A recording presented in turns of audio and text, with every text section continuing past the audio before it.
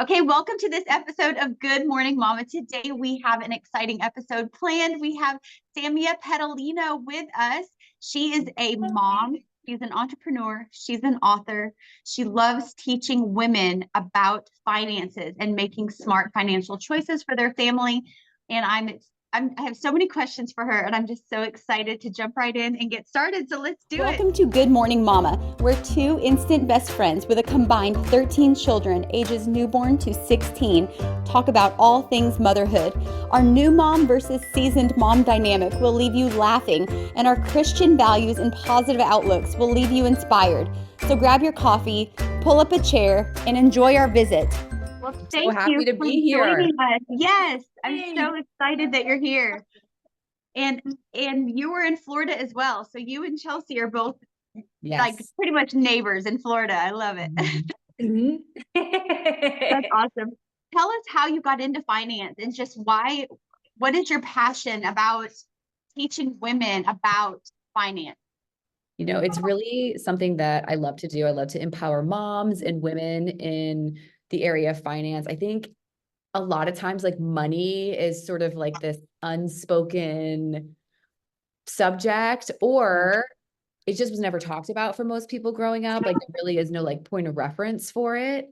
And so people don't realize how it works, how to multiply it, how to invest it, that kind of thing. Yeah. And so you asked me, like, how did I get into finance? My family is actually in finance, I should say. Like, I was kind of like born into it. I didn't really have a choice.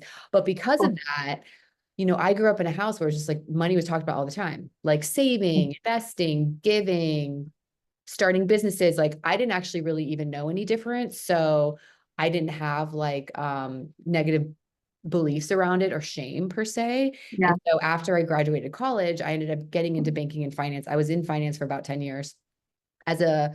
I was in a lot of different roles, but part of those 10 years, I was a financial advisor with Morgan Stanley. So I ended up getting my Series 7, and I was on a team, and we managed like $300 million. So it was a lot of like high net worth families. And it was really cool because I ended up getting like sort of this front row seat of how all these like ultra wealthy people and what they do with their money and how they like make it, multiply it, preserve it, protect it, So I was like, okay, getting the inside scoop here.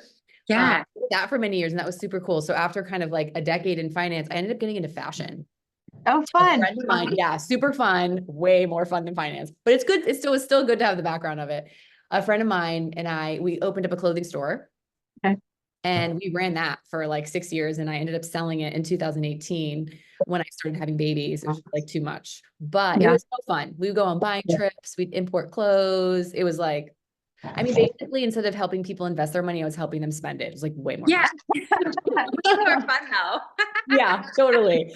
And I ended up Chelsea like and I meeting can my relate. We do a little of husband and both. all the Yeah. things. Yeah. I ended up meeting my husband, and we had 2 kids, and all of that. I ended up writing a book. It's called Money Handbook. And it's just that. It's literally like this handbook on money. And I grew up in like a traditional Jewish home, but my faith is in Jesus. So I'm kind of like a really interesting Jewish person. It's called like Messianic Judaism. So I talk about my faith in the book because We honestly, could have a whole other podcast about that's a whole other podcast. Yeah. Yes, it is. But here's the thing. There's like a lot of biblical principles around money and prosperity, and which is kind of like a bad word in the church, but it's biblical to be prosperous because you can bless people Yes. in the name of the Lord, right? And you can actually like be an ambassador.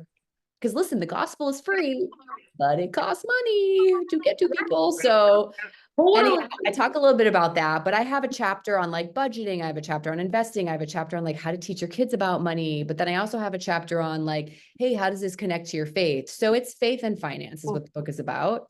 Love it. But it's a lot of things that I just like learned through the years of like being in finance, owning a business, being a mom, being a woman of faith. It's a lot. It is a lot, but that's so cool. I'm so glad now we have a handbook for it. Right. And we're going to link all of this in the description. Yeah. So I get asked a lot. We have 9 children, and people want to know how your own we basketball team. Right, for real. They want to know how we do allowances and how we do savings and things like that. And we've done different things throughout the years for that. But I want to know, what do you recommend for different ages for children and allowances and savings. Talk about that. Yeah. I mean, with 9 kids, you want to like have a structure in place. Yeah. Oh my gosh. On the days where I feel overwhelmed with 2, I'm just going to be like inspired by Think about you. me. I know. Like I said, the older probably helps take care of the younger. Okay. We So try different things, and Yeah. some things work better for others as far as motivation. And some of my children are very money motivated. Others could care Yeah. less. But I could tell what we do, but I think people would be most interested in what you recommend. You're the expert.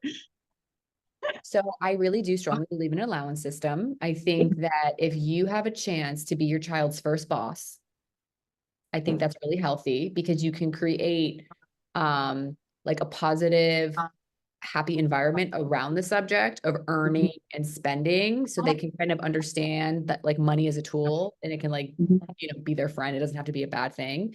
So a couple things. First is things around the house. I don't think children should be paid for, because it's the ecosystem of your home. Like, I think it's really important for children to not be entitled. And one of the ways we can help them with that is like the laundry, the making of the bed, the cleaning up after yourself, like taking out the trash. Like, I don't really think they should be paid for that. That's just my personal opinion. If you want to, you can. But I feel that those are things that help operate the house. Things that I believe is important to pay your children for is like cleaning your car, mowing the lawn, reading a book a month that they don't have to read. Like, you can come up with it. So if they aren't motivated by money, because I actually have, my son is motivated by money, my son Noah, his younger sister is not. So she will earn money and give it to her brother and be like, here, you can manage it for me. I'm like, don't give your money to your brother. He's just going to spend it on like Cheetos. I can relate. So, but that's my daughter. She's like a creative. She likes to dance around the house. I have like dance flags for her. She's like an artist. She's just like, okay. My son is a hoarder. He's like a gainer. He just like hoards things, hoards it. He spends her money and keeps his. So Isn't you that funny? need to relate to like where your kids are at. So my daughter is motivated by stuffed animals, which costs money. Whatever your child is motivated by, it most likely costs money. Okay. So she earns a stuffed animal a month if she does certain things. And her stuffed animals are like the fancy soft kind that are like $20. So, and that's really important to her because she really wants to get the bunny one with the ears where it's like floral. So anyway, but she's 5. Yeah. I think you need to speak to your children with what they're motivated by. And as they get older, you can do something called matching funds. So like by the time they're 8, if they want that $140 pair of Nike popular sneakers and you have 9 children and you're like, I don't really know if I should spend $150 on a pair of sneakers for you because I have 8 other children that are going to want the same thing. But if they save $70 and you match it with 70, now they have a pair of shoes.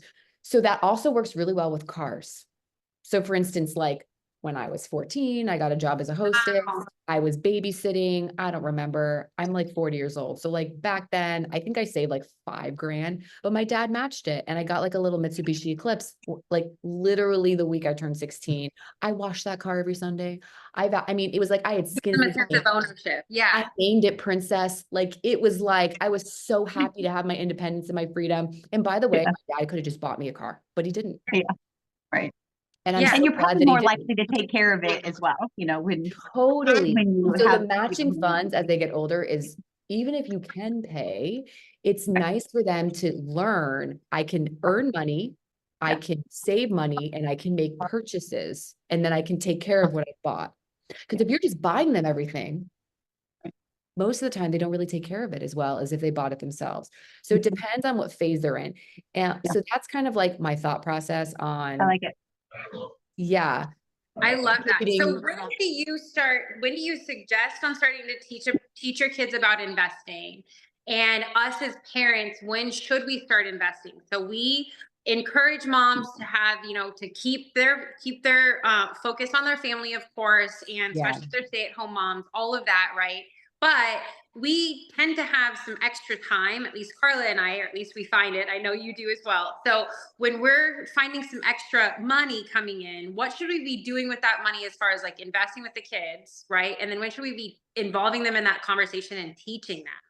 about it and how, because I barely understand it completely, right? Like I know that I should have an index fund. I know that I know that Jeremy actually, so we know Samia because her brother manages mine and Rob's money. So we're so My brother is like such a nerd, but he's so smart. Good choice. he's so smart. So he like I'm like Financial here.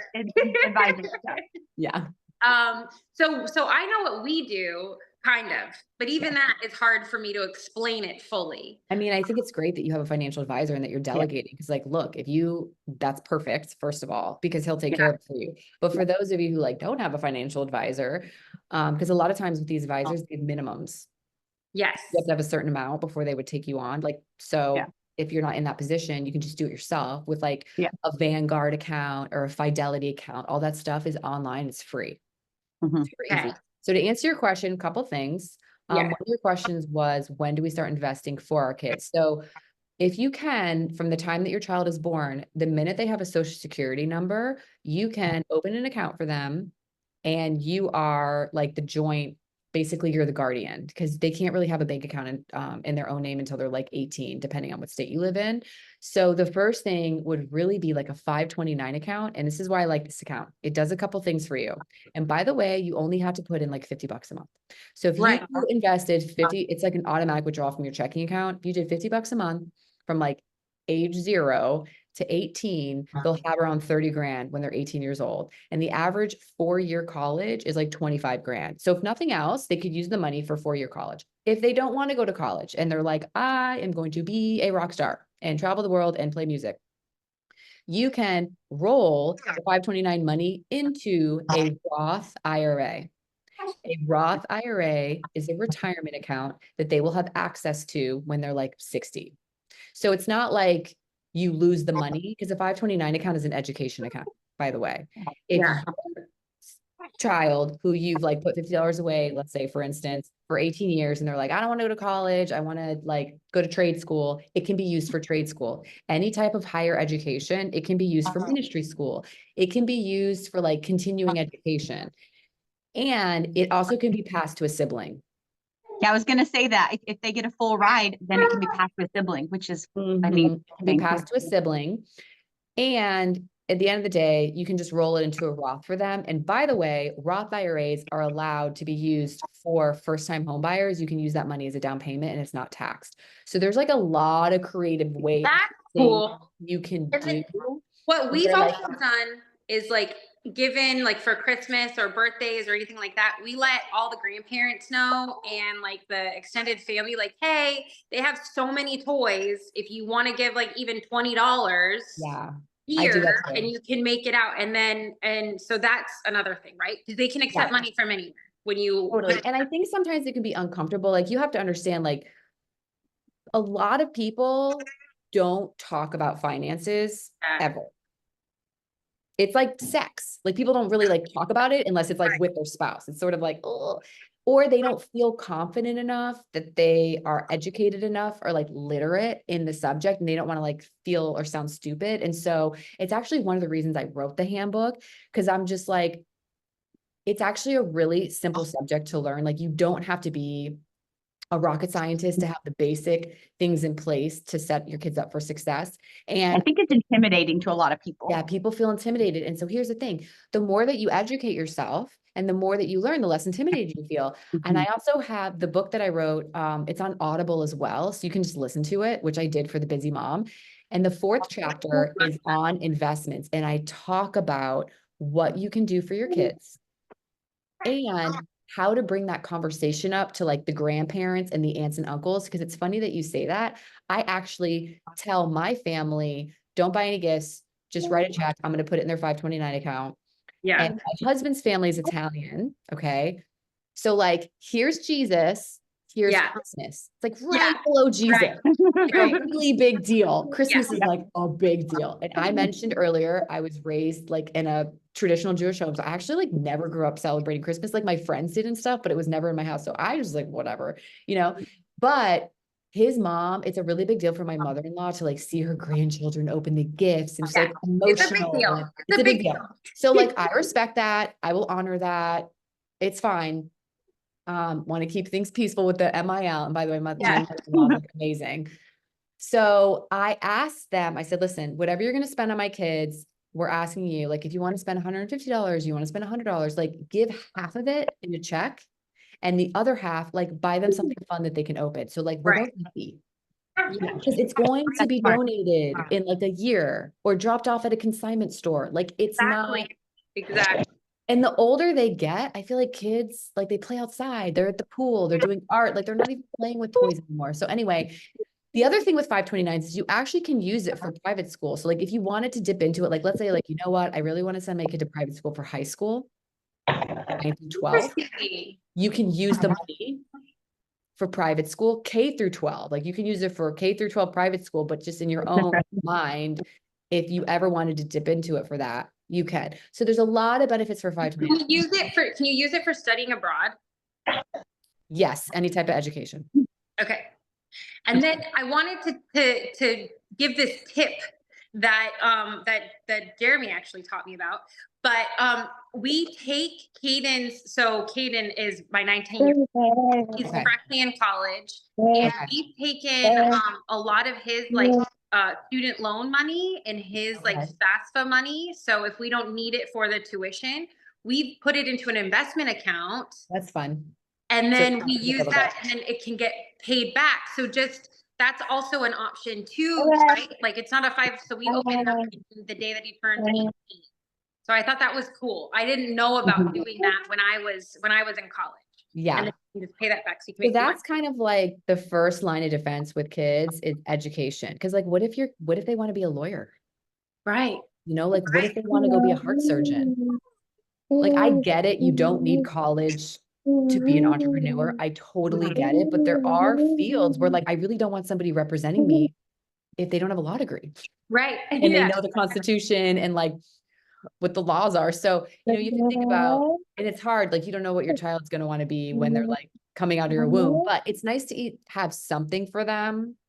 Mm-hmm. If they don't end up using it for education, it can be passed to a sibling. And even if that doesn't happen, it could just be rolled into a Roth IRA. The second thing you could do is if you're like, I absolutely do not want any type of education account. I think it's a total waste. Or I'm not like picking up what you're putting down. The second thing you can do for them, it's called an UTMA account, UTMA. It's a unified transfer to minors account. And what that it's essentially a joint account with your child, you're the guardian, and you can buy investments in it like stocks, mutual funds, ETFs, okay? And you can also add $50 a month, $100 a month, and you can use that money for whatever you want. It's just like a brokerage account. Like it's like a checking account that has like exchange traded funds and stocks in it. It'd be like, instead of me having an account that owns like Apple, Google, Yahoo, it's in their name. Does that make sense? Wow. You Okay. open up an account in your child's name and you just buy stocks for them in it. However, because they're underage, they're a minor, they don't have access to it Okay. until they're 18 or of age. Like some states, it's 21, but like most states, it's like between 18 and 21. So here's the thing. You're adding money every month. You're like investing in a stock, or I suggest an exchange traded fund. You mentioned index funds. So an ETF, exchange traded fund, is a basket of stocks that mirror what the stock market's doing. Okay. That makes sense. So instead of like buying Apple, which is like one stock, you buy an ETF and there's like 100 positions in the ETF. So it diversifies your risk. So like, let's say Elon Musk does something stupid or says something dumb and Tesla goes down 20%. Right. Well, in those 100 positions, you might own Tesla, but the whole thing doesn't drop 20. Does that make sense? Yes. It just like gives you a little bit of a hedge because there's so many positions. It doesn't fluctuate as much as if you own like one position. Right. So I always recommend ETFs, especially if it's like under $25,000. It's nice to be a little bit diversified. If somebody's like, hey, I have $1 million, be like, great, let's get 10 stocks and throw 100 grand in each stock. But if you're not in that financial situation and you still want to be diversified, ETFs are the way to go. So it's like I said, the second option, and by the way, you could do both. You could do a 529 and an UTMA. You could have, What's the minimum for the UPA for your kids? there is no minimum. No. Okay. So we could, It's just whatever you want to buy in it. you could be doing $50 a month to the 529 and then another $20 a month Whatever you want. to like your coffee budget to their UPA. Totally. Right. And by the time I know that compounding is really important, but by the time they're like 21, they have a decent amount of money to work with. Totally. And the joint account, the UPMA account's basically like a joint account with you and your child. It's just instead of a checking account, it's like an investment account that you can buy stocks in, you can buy ETFs in it, like you can be investing with it. You can use that money, like you could use that money to buy them a car. You can use that money to help pay for a wedding. You can use that money to help pay for college. Like you can use it for whatever you want. It's an investment account. Yeah. Here's the thing. When they turn 18 or 21 or whatever the state you're in declares them an adult, they can walk into the bank, show their ID, and take all the money out the minute they are an adult. Yeah. It's not a joint account anymore. So you have to trust them, and you have to be teaching them through the years how money works so they don't just like withdraw it and blow. Yeah. So the really great thing you could do for them is buy an investment property like real estate. Like tell them I have this account for you. I'm adding $50 a month. And when you're 20 or 21, I want to use it as down payment money. And we're going to get a duplex and you're going to live in one and we're going to rent out the other and just have it like, this is down payment money for you. Like you want to guide them so that they don't just like, And let's talk about that really quick, because I know that feels scary to some people because they're like, well, I don't know anything about real estate investment. To me, that's my background. So I'm all about that. That's brilliant. That's what we're doing with Kaden. I want to do that with every one of my kids. And it's actually more affordable than a lot of people are aware of, especially when it's like a first time home buyer situation. And if you are renting out one side and living in the other, then you are actually covering your mortgage if you do it the way. So if you could talk about that for a little bit, that's brilliant. I love that so much.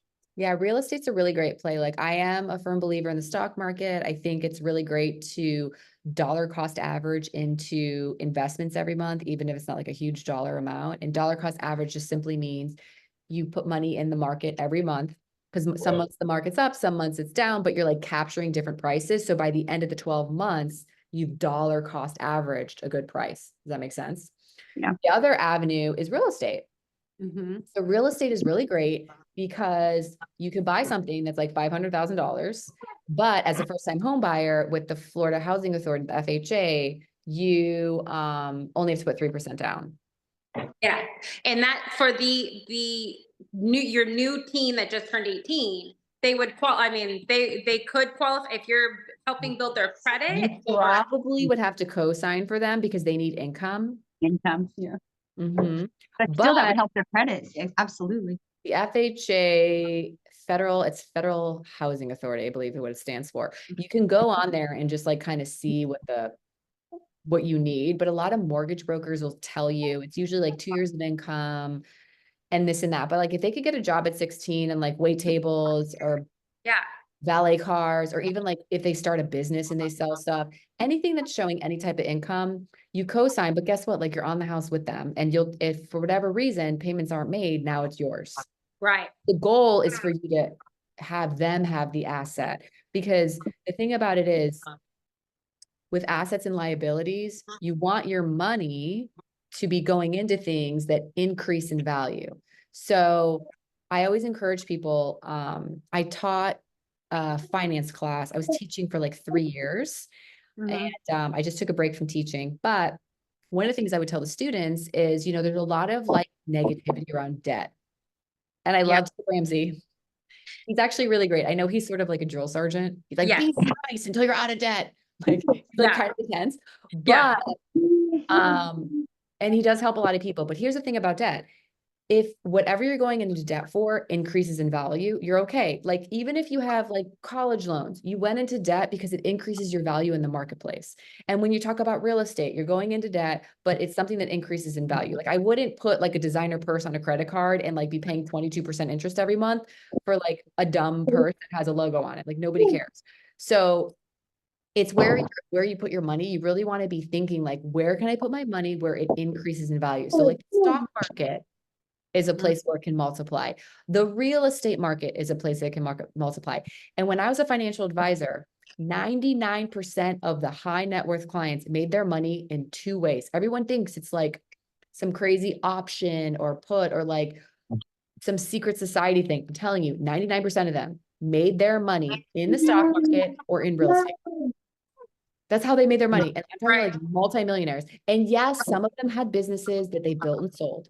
Yes. But then they took the money when they sold their business and they bought real estate. Right. They bought Right. apartment complexes with it. So like it just ended up back to where it was anyway. So the goal for these moms and for families that are first starting out or to maintain their generational, like start their generational wealth processes. Yeah. Okay, let's come up with an additional stream of income for you. So Yes. take our masterclass, start your Shopify store, get your influencership, whatever, right? And then take that money and slowly but surely start putting it in these different buckets. Is that right? That's right. And then over time, eventually you want to start getting into buying real estate. I'm going to have to make her a bottle, but you want to be able to buy real estate. And there's multiple ways to do that, right? But one of them is is buying a duplex and renting out the other side. Like, I love that play. That's so cool. Even if you got a townhouse and you like rented out some of the rooms. Yeah. The rental is where it's at because it's people helping you pay the mortgage off. So a lot of times, like you're teaching these moms how to bring in extra income. So it really depends where they're at financially. Some of them might need that income to pay their debt off. Yeah. I really believe you should not have credit card debt. Okay. Get rid of the credit card debt. Do whatever you can. Instacart, side hustle, temporary season, because these credit cards are like 20%, 22%, whatever you ended up charging on it, you end up buying it like 5 times because of the dumb interest rate. So like it's such a waste of money. So that's the first line of defense is like no credit card debt, right? Okay. After that, you can start opening up accounts for your kids, have like a little bit of an emergency fund, like 2-3 months in cash where like, God forbid, the air conditioning breaks or like something goes wrong with the car. Like you don't have to charge it on a credit card to fix it. You can just pay cash to fix it and then replenish the emergency fund when as you can. So a lot of times with people, they'll like cancel their gym membership and they'll cancel Netflix and they're trying to like, go like the nitty gritty of like getting rid of expenses. And like that does help, but a lot of times it's not your expenses that's the problem. It's that you're under earning. That's the issue. Okay. And where the two of you come into play. And it's funny because one of the things I talk about in my book is like, there's so many ways now with the internet to have a side hustle and to make extra money. Right. It's wild. It is wild. So it's just getting creative for stay-at-home moms to be able to do that. Yeah. And then so they've followed all the steps. They've read your book. They've taken our masterclass, which side note, we should get you on Abundant Academy. I would love for you to I made a note of that. on this. That's fun. I mean, come on. We have that. Let's talk about that after this podcast. Sounds fun. I like it. Yeah. So once they have the credit card debt. So get rid of our credit card debt. And then can you talk a little bit about like living trusts, estate planning? What do we do with it once we have it? What are we supposed to be? You could totally have a trust. That's a super fun idea. So basically, if you own a home, if you have any type of asset, an asset is anything that you can convert to cash. So a car, a house, diamonds, anything that was left to you from like your grandma, like anything that can convert to cash is an asset. Okay. So a lot of times you can make a trust. A trust is something that an attorney will draw up and write for you. It's a document. So God forbid anything happens to you, your money and your assets, they get distributed, whatever the trust says. Okay. The reason why people like to do trusts instead of a will is because if you have a will, a lot of times the things that you own go through something called probate. So when someone passes away, the state they live in comes in and says, okay, do you owe any debt? Do you have any credit cards that want money from you? Do you have medical debt? Do you have student loans? And your money in your account pays the debt off first. It's called probate. Once all your debt is paid, Then whatever's left gets distributed on what your will is talking about. If you have a trust, that never happens. The state doesn't touch anything. Whatever's in the trust is where your money goes. So it bypasses the government, which I'm a fan of. Yeah. So I do recommend trust. Usually you can find a good attorney for like $2,500. They'll write it up for you. I will forewarn you, you sit down with your husband and the attorney. It's a little depressing because they kill off everyone in your family and you have to decide who takes care of your kids. Yeah. If it happens before Weird the conversation. children This turn is 18, I'm like, important, this is the most depressing conversation. I'm like, oh my God, I can't think about it. I'm like, nothing's gonna happen to us. But you know, it's like, that's the thing. I mean, obviously it's gonna go to your kids, like your assets, your money. Like if you have 9 children, so it's just gonna be like, everyone gets a 1/9. And then you can decide on your house. But like, you just talk through these things. And if like, God forbid, anything happens to the 2 of you before they're 18, who takes care of them? Like, it's like, kind of like, if something happens to them, then what? And then if something happens to them, then what? like, Well, because Chelsea, I need to add you to my trust. I'm just thinking of this. I know. But so the thing is like before I started to even have to like do that and consider that before kids, trust funds were like that. Okay, that's a trust fund kid. You know what I mean? I know, but it's Nobody really understands. not. It's for everybody. Honestly, everyone should have one, right? If you own, like if you wrote everything down that you owned, your house, your cars, your wedding ring, if it adds up to more than 500 grand, you need a trust. Yeah. You just do. Like everyone really should have one. If you own a home and you have a diamond on your finger, like chances are you can check those boxes. Right. So one thing that we did when my husband was out of residency that I was so thankful that we did is, and we mentioned this a little bit, but is work with a financial planner that you trust, because all of these things I know today, but I did not know, many years ago. And why would you? They don't teach it. Right, exactly. Well, and I even went to business school and I didn't know all of these things.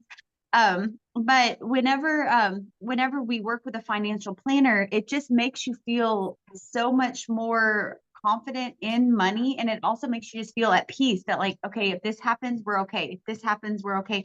And it just makes you feel like your money is working for you and that you have a plan. It's nice to have a plan. And I think that we could have done that without a financial planner, but I think having a financial planner that you trust is something that everybody should have if they're able to. If they're able to do it, absolutely. Yeah. And a lot of times, people don't realize how beneficial it is to have somebody who can like analyze and be like outside of the emotion. Yeah. Be like logical about it. So it's nice to have like the outside opinion. I think, for moms, it's important to realize that if you think about money, you think about it as like a seed, okay? Some you eat, you use it for nourish, and some you plant so that it can multiply. And that's how money works. Some of it is going to be used for gas, groceries, rent, mortgage, and clothing. Like it's going to be consumed, but a portion of it needs to be planted so that it can bear fruit. Yeah. So to be considered, I love that so much. To be considered like financially sound, and to not be like afraid, what should really be like the goals when it comes to like, if I think of it like a pie chart of percentages, like we giving what, 10%, 20%, 30% of your income should be like, what should our goal be and to strive to get to? So we didn't talk about this, but I'm really big on like generosity, and I'm a big believer in like meeting needs, especially with people who can't pay you back. Like I think it's really important to have that giving muscle in your life. And I think it's important to teach it to your kids. Like I actually keep protein bars, like Cliff protein bars I get from Costco in my car. And sometimes like on the corner of I-95 or on the freeways, there's like homeless people with signs. And I just have some protein bars and I roll down the back window and I have my kids do it. My kids have been doing this. We were just talking about that yesterday on a similar podcast. This since they were like 3 years old. Yeah. And they'll be like, "Mommy, we need a protein bar." They like see them in a distance. They're like, so and cool. and the other thing I would do is like when my kids are earning money, let's say my son like earned up to $20, we would take $2 or $3 of it and I would bring him into like Publix, which is our grocery store in Florida, or Costco or something and have him buy like a little box of granola bars, and he would take ownership of it. And then he would give granola bars out to homeless people. My Good. family and I, we lived in California, in like Northern California, north of Sacramento. We lived there for 4 years. You guys, California has 50%, 50% of America's homeless population lives in California. Like, I didn't know that. there's so many homeless people there. You're just like, it's so overwhelming, and your Believe heart, it. We went for oh my a God, conference and I've never help seen all of anything like them. it. Yeah. So I'm I just like, believe it. let's just give them food, because like, I I don't know. even know. It's like overwhelming. It Yeah, was bad. everywhere. But I always tell people, like, don't walk up to a homeless person and give them something, because sometimes they aren't like in their right mind, and I don't want like anything bad happening to you. You Yeah. only give to people who are asking. Like, use wisdom, Yes. like use discernment. But the But point I is, love how you're involving your kids too, and you're doing it in a safe yes. way, in a logical Mhm. way, in a way that makes them consciously think about this. Like, I earned $20, so I need to take a few dollars and do this with it. Like, it makes Totally. them think about it as they're earning. And I think that's so cool. The other cool thing you can do with them is on their birthday, when they get a million things, have them pick out Yeah. one to give away to a foster care system, because like Yeah. we have like foster care, Good. and they can drop it off at a, Mhm. there's like churches or foster cares you can like drop toys off to, and they'll give it to the age Love that. appropriate. That's Mhm. good. So Do smart. that with Christmas too. Yeah. Yeah. It's just really good because And then they it, can choose. It's like you're not taking away their joy. It's like they get to choose out of their heart. Like, they want to do this. And I think that's neat. yeah, it's fun. And there's like Operation Christmas Child you can Yeah, sign up right. for. You like fill the shoebox, and it's Yes. through Samaritan Purse, through Franklin Grant. My and kids they love send- that. Yeah. Yeah, this Yeah. the school my kids go to, they have all, they send the shoeboxes home with everybody, and like Yes. we went to like Five and Below and filled the shoeboxes, and it was Fun. fun. Anyway, so the point is, if you can teach your kids to give, like they don't come out of the womb like knowing how to give or share. Like you No, it's the opposite. teach. Yeah. Yeah, Yeah. it's totally the opposite. Like Yeah. the flesh doesn't want to earn money and give it away. It doesn't make any Right. sense, Yeah. Yeah. right? You're just like, Yeah. what do you mean? It's mine. Exactly. So it's really good. It's a muscle. Like giving is a Mhm. muscle. Generosity is a way of life. So you back like to it. the question you had of what is the pie chart of what we should be investing. I have a chapter on budgeting, and it has like, it lays out percentages, and it just depends, because some people have to put a percentage aside to pay off debt. Like they've got student loans, or they don't own their car right out, or whatever. But kind of like the golden rule of thumb is 80-20. Give 10, save 10, and the other 80 is like life. Okay. And if you could do more, like I know people who do 15% of what they make. They Yeah. invest. I know people who like live way below their means, and they're like giving 20% away, and they're like saving 20%, and they're bless them. They're like living on 6. It just depends. Like if you're single and like you have like major disposable income, I would be like socking away as much money as possible. Cause like, the more kids you have, it's just like the expenses are especially if you're like, I want to eat organic, or, it just depends what your core values are. It's going to affect what your budget is. Right. True. And so Right. should he save more or invest more? I know that's a personal question. It's something you got to talk to your hubby about, but Yeah. I'm a big believer in investing, because the money will multiply for you. You make it, right? Yeah, Right. Right. Yeah. Okay. That's what I do. So if the side hustle, if somebody's like, oh my gosh, like we're giving 10%, but we literally are living on 90, there's like no wiggle room to do any type of investment. Then you're like, okay, what can I do as an extra stream of income? And that income will specifically be 529 accounts for my kids. We could throw the money in a checking account every month, and that would be our down payment account, and make a plan that in 18 months, save up like 15 grand and go buy something that's like 300, and you have a down payment with the FHA program. The thing is, you want to have a plan. I think people want instant gratification. Like, how do I make $15,000 by next week? You know what I'm saying? Like, I need quick money. And that's kind of the culture win, especially with like cryptocurrency. Like everyone just looks like this lottery mentality. But the thing with finance, it's like slow and steady wins the race.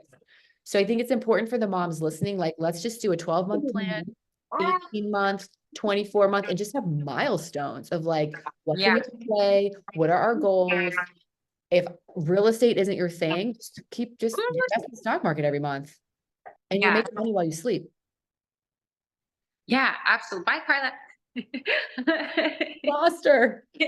That's okay. She's got the baby. Okay. Yeah. She's Oh, back. that's another So, sniff. oh, she's back. You're better than me. Sometimes I just walk away. I'm like, okay, bye. And I just take it. Right. Gotta go. BRB. Um, I think that's so brilliant and so interesting. I did want to ask you about taxes and preparation. I know that it depends on like our tax bracket and all of Yeah. that. When it comes to generational wealth, there's different things when it comes to like planning, capital gains and all of that. That's a whole nother like podcast episode for us. I think that's so interesting when it comes to like real estate investment and that stuff. But what's a good like pragmatic way to prepare so you're not just hit with a crazy tax bill? Is that a part of your normal savings? Is that something that you should be? I know it's a personal situation, but what's the best way to kind of prepare for that and then reduce our tax bill as much as possible? There's a bunch of write-offs, right? If we again, you come back to the side hustle and having an LLC where you can write off your home business, you can write off certain things, you can like those things help. But what's the best way to prepare for that? So she was asking me about taxes. Some people are W-2, and a W-2 employee is someone that like works for a company, a corporation, and the taxes are taken out for you. Right. Okay. And then you have like your standard deductions if you're married with kids, things like that. When you file jointly. So there's that. So it's like corporate. The other tax is people who are independent contractors, which is what you're talking about. Somebody who wants to do like a Shopify store, things like that. There are no taxes being taken out because like you're not employed by anyone. So the best way to structure that is an S Corp, because S Corps have the most write-offs. LLCs don't have write-offs, but you can incorporate as an LLC operating as an S Corp. So Okay. you can be an LLC and operate as an S Corp. So you get the protection of the limited liability company and you get the write-offs of the S Corp. Does that make sense? Right. Like a form the CPA fills out to make you an S Corp. So you incorporate as an LLC, and then there's like an additional form. Okay. Company can operate as an S corporation. So there's so many benefits to this because you write your cell phone off. If you use your car, if you use a percentage of your house to do the work, if you like we're on this podcast, if you wanted to write off getting your hair and nails done because you're on a platform, you can. Like you can literally write your most of the things off. If you go to lunch with somebody and it has to do with business, it's a meals and entertainment write-off. Like this is why business owners rarely pay taxes, because they have a tremendous amount of legitimate write-offs. And this is another way to help. So if you're a stay-at-home mom with a side hustle and you incorporate properly, this is another way to help your family save money and essentially almost make money, because you can use all of these things to write off, right? And remember, especially if your husband's W-2 or you're a W-2. Yeah. And all the expenses of like the upfront costs of a business are a write-off as well. Yes.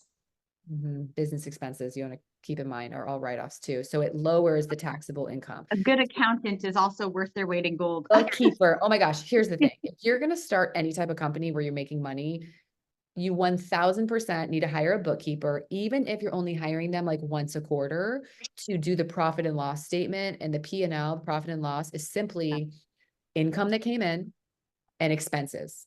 That's all it is. They're just categorizing all of that for you, whether your sales or the income, and the expenses is the cost that you paid to buy whatever the product is or the inventory, and the expenses associated with it, the computer that you bought, the software, the whatever. What Shopify charges every month to use their platform, you like whatever the expenses would be is a write-off. And then at the bottom is your profit, and that's what you're taxed on. Okay. Does that make sense? Yeah. And you want that to be zero. I'm kidding. I mean, well, yeah. Well, I mean, depends. If you want to sell the company one day, you got to show profit, but the first couple of years it could be low. And so the point is, we want to like legitimately and legally have as many write-offs as possible. And really like a good CPA can help you with that, or a bookkeeper that works with like small businesses. QuickBooks Online is really like what everybody uses. QuickBooks is the software program that bookkeepers use. And so they charge monthly. Like everything you do with a business costs money. Yes. That's the bottom line. Yeah. Like there is going to be some upfront costs to operate, even from home, even on a small scale. So your question was like, should they put away a certain amount of money to pay taxes? This is what I would say. There's two things you can do with a business, because at the end of the year, you know, you'll owe a little bit of taxes after all your write-offs are taken care of. You either can leave like a healthy cushion in your business account and you just write, you write the check from that, or you transfer 20% into another account every month and you just call that like your tax account. Okay. You put money over every month and you pay it like a bill, Mhm. 20-25%. You really shouldn't be paying more than that as an S corp. Okay. That would really, it Good just advice. depends. Like if somebody's like, if I see it in the account, I'm going to spend it, then like open up another checking account and just transfer the money over, pay it like a bill so that you don't spend it. But other people are like, no, I'm gonna be really good. I'm going to keep a cushion of X. So I know that at the end of the year, like I always have like tax money in there. Yeah. Oh, that's awesome. Okay. So much good advice. Yes. Oh, we have to do a second one. Absolutely. We've come to the end of our time. Is No. there anything else that we want to cover that we forgot? This was so I mean, we fun. could You could talk all totally day. have to have like part two. No, we have to We have will have part two. Oh, So girls, many I have to different tell you thoughts. something. I'm so excited. I'm launching a clean skincare line. Cool. And I cannot wait. I cannot wait to send you product. You're going to love it. Oh, we Oh. love that. Oh, I can't Yeah, wait it's to going try to it. be, it's good. You're going to love it. It's anti-aging. It has all the fun ingredients and like a mineral sun protection as well. It's an SPF 52. So Oh, perfect. it's We'll like link it in the busy description mom, too. one Yeah. and done. It's your all-in-one serum. It's like, please, I Oh, need I to be love that. That's awesome. That's amazing. Well, congratulations. Thank you. So that'll be in the spring. So I'll send you some product. You'll love it. Okay, I can't wait. Well, Mhm. thank you for joining us today, and we will definitely be doing a part two. I hope you guys enjoyed this episode of Good Morning Mama. I know I did. Thank you so much. Thanks for Bye. having me. Bye.